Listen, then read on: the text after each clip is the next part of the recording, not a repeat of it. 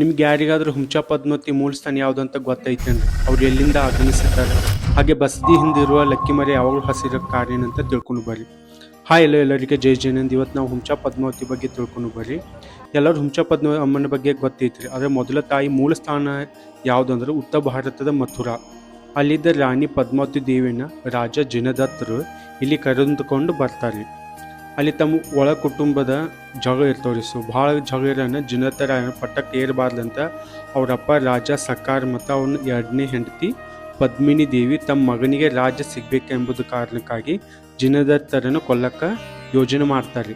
So ಈ ವಿಷಯನ ತಿಳಿದ ಜಿನದತ್ತರು ತಮ್ಮ ತಾಯಿ ಶ್ರೀಲಾ ಹಾಗೂ ಕುಲಗುರುಗಳಾದ ಸಿದ್ಧಾಂತ ಕೀರ್ತಿ ಅವರ ಸಲಹೆಯಂತೆ ಪದ್ಮಾವತಿ ಪಾರಸ್ ಮೂರ್ತಿಯನ್ನು ತೆಗೆದುಕೊಂಡು ದಕ್ಷಿಣ ಭಾರತಕ್ಕೆ ಬರ್ತಾರೆ. ಸೊ ಮಾರ್ಗದಲ್ಲಿ ವಿಶ್ರಾಂತಿಗಂತ ಜಿನದತ್ತರಾಯರು ಮಲಗಿಕೊಂಡಾಗ ಕನಸಿನಲ್ಲಿ ಬಂದ ಪದ್ಮಾವತಿ ದೇವಿ ನಾನು ಇಲ್ಲೇ ನೆಲೆಯೂರುತ್ತೇನೆ ಅಂತ ಕೇಳ್ಕೊತಾಳಂತ್ರಿ. ಸೊ ಆ ವೇಳೆ ಜಿನದತ್ತರಾಯರು ಅಲ್ಲಿ ಮೂರ್ತಿಯನ್ನು ಸ್ಥಾಪನೆ ಮಾಡಿ ಒಂದು ಸಂಸ್ಥಾನ ನಿರ್ಮಾಣ ಮಾಡ್ತಾರಂತ್ರಿ. ಸೊ ಸಂಸ್ಥಾನ ನಿರ್ಮಾಣ ಮಾಡಿ ರಾಜ್ಯಭಾರವನ್ನು ನಡೆಸಕ್ಕೆ ಸ್ಟಾರ್ಟ್ ಮಾಡ್ತಾರಂತ್ರಿ. ಸೊ ನಂತರ ದಿನಗಳಲ್ಲಿ ರಾಜನಿಗೆ ಮದುವೆ ಆಗಿ ಹಲವಾರು ವರ್ಷ ಕಳೆದ ಮೇಲೆ ತಾಯಿ ಪದ್ಮಾವತಿ ದೇವಿ ಜಿನದತ್ತ ಪ್ರಾಮಾಣಿಕತೆಯನ್ನು ಪರೀಕ್ಷಿಸಕ್ಕೆ 2 ಹರಳುಗಳು ಸಿಗುವಂತೆ ಮಾಡ್ತಾರಂತ್ರಿ.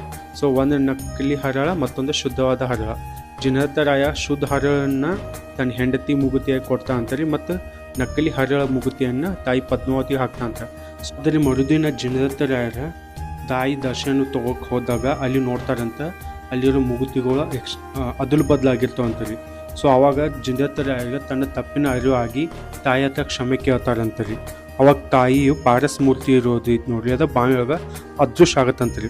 ತಾಯಿಯು ದೈವಿ ಶಕ್ತಿ ರೂಪದಲ್ಲಿ ಮೇಲೆ ಬಂದು ಹೇಳ್ತಾಳಂತ್ರಿ, ಕೆಳಗಿರೋ ಬಾವಿಯಲ್ಲಿ ಮತ್ತೊಂದು ಮೂರ್ತಿ ಐತಿ, ಅದನ್ನ ತೆಗೆದ ಪೂಜನೆ ಮಾಡಿರಿ, ಅದ್ರೊಳಗೆ ನಂದು ದೈವಿ ಶಕ್ತಿ ತುಂಬೈತಿ.